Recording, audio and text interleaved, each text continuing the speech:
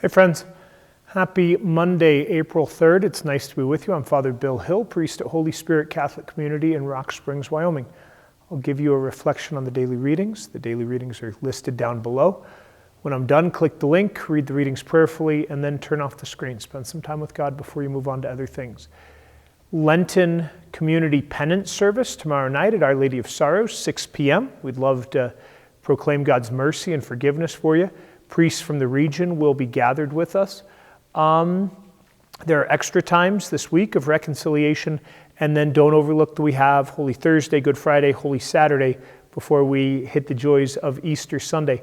There's a link down below as well for Holy Week schedule, so please pay attention to that. Okay, we have Isaiah the prophet, and who is the gospel? It's John. Okay.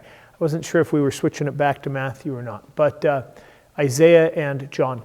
The Isaiah passage, there are what are called the four oracles, the four prophecies of the suffering servant in Isaiah. And so we get these during Holy Week. We get them Monday, Tuesday, and Wednesday for the first three, and then Friday at the Good Friday service, the long one, the fourth oracle. And the scholars argue, are these Israel? Is this the prophet? Is this a king? Christians read this as prophecies of Jesus. And so we hear, not crying out, not shouting, not making his voice hurt. The bruised reed, he will not break, right? So it's bruised. The smoldering wick, he will not quench. This is a gentle, tender way of coming into the midst of the human family and the human story, and the way that God will deal with us gently and tenderly. So that's maybe one image to just sit with and to maybe allow God to minister to us in gentleness and care.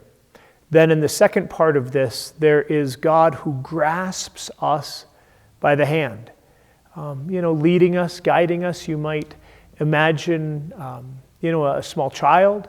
You might imagine an able-bodied person guiding maybe an elder or another person with a bit of a disability. You might imagine someone that can't see well being guided by another.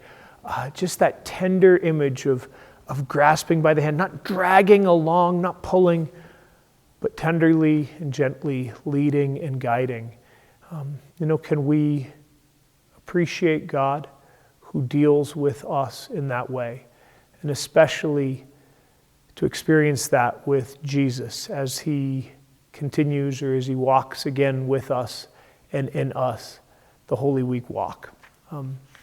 The psalm might be worthy of praying. The Lord is my light and my salvation. Just about putting our trust in God even amidst the difficulties of life.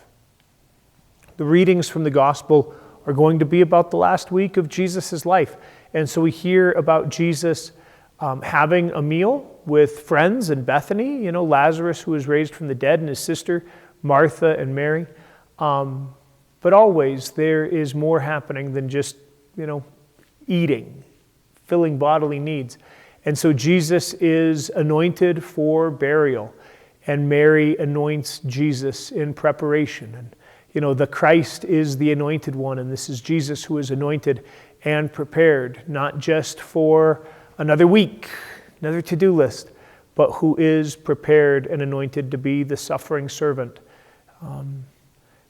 Perhaps as we read and pray with this, we would ask what sufferings we're uniting with Jesus in these days, how we're walking to the cross with Jesus in these days, the ways in which we are called to die to ourselves in order to live more fully alive for God, letting go of our own plans and being, servants of God, even in the unexpected ways. All right, friends, may this Holy Week be a blessing for all of us. Let's be praying for each other, but especially pray for folks that are suffering, struggling, having a hard time. Read those readings prayerfully. Turn off those screens, spend some time with God. Happy Holy Week. God bless y'all.